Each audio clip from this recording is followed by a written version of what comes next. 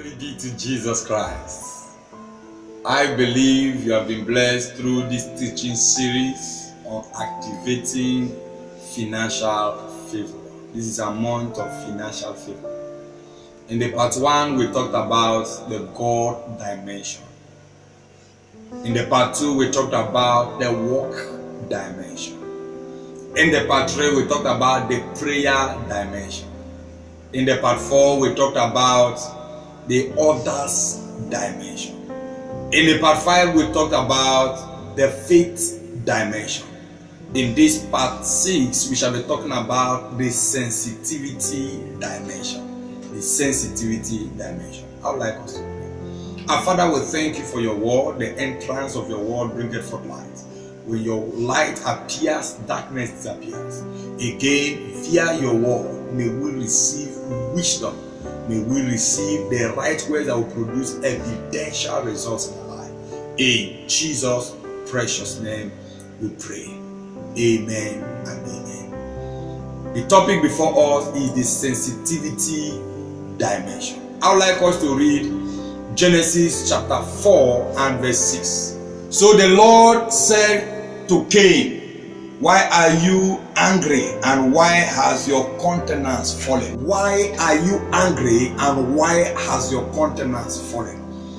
If you must enjoy financial favor as an individual, as a family, as a businessman, you must understand that not everybody is happy with your success. I want you to know this.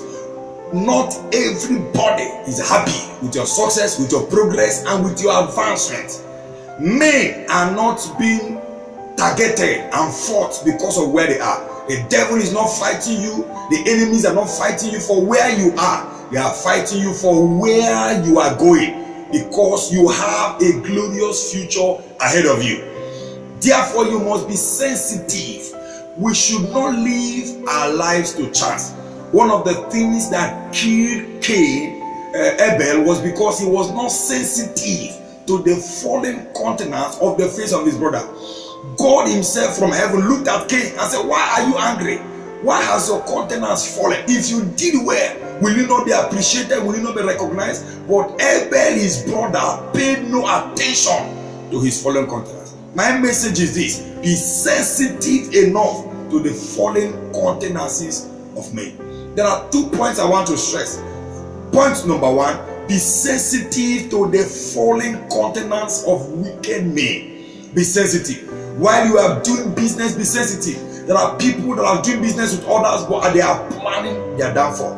You know them by their speeches. You know them by the actions they take. You know them by the things they do. The Bible says, "By their fruit we shall know them."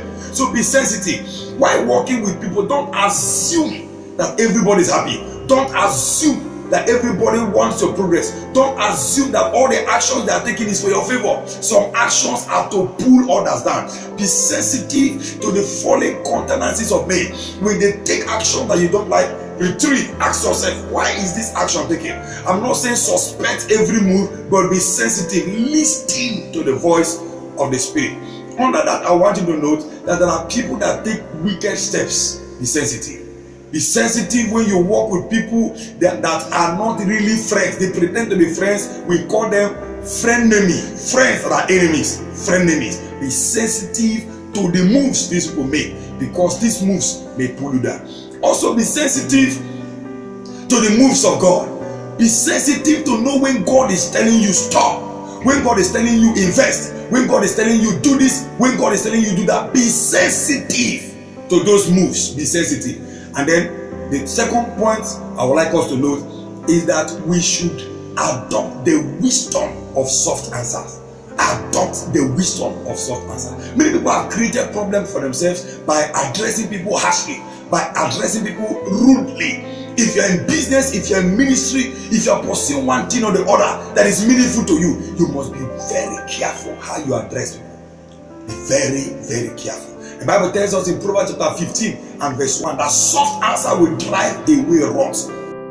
God wants us to apply the wisdom of soft answer.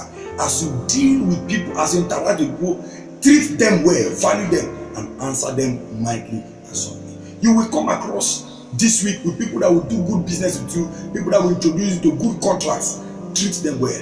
While you are answering them softly, be sensitive, both spiritually and physically. Be sensitive to the fallen countenances of men. I would like to pray with you. I pray for you.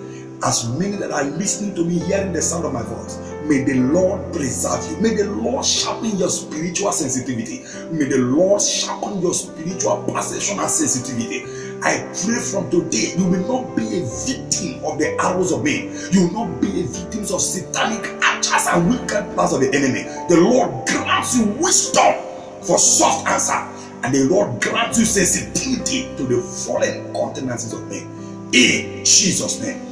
The Lord bless the works of your hand. You triumph this season. In Jesus' precious name, we have prayed.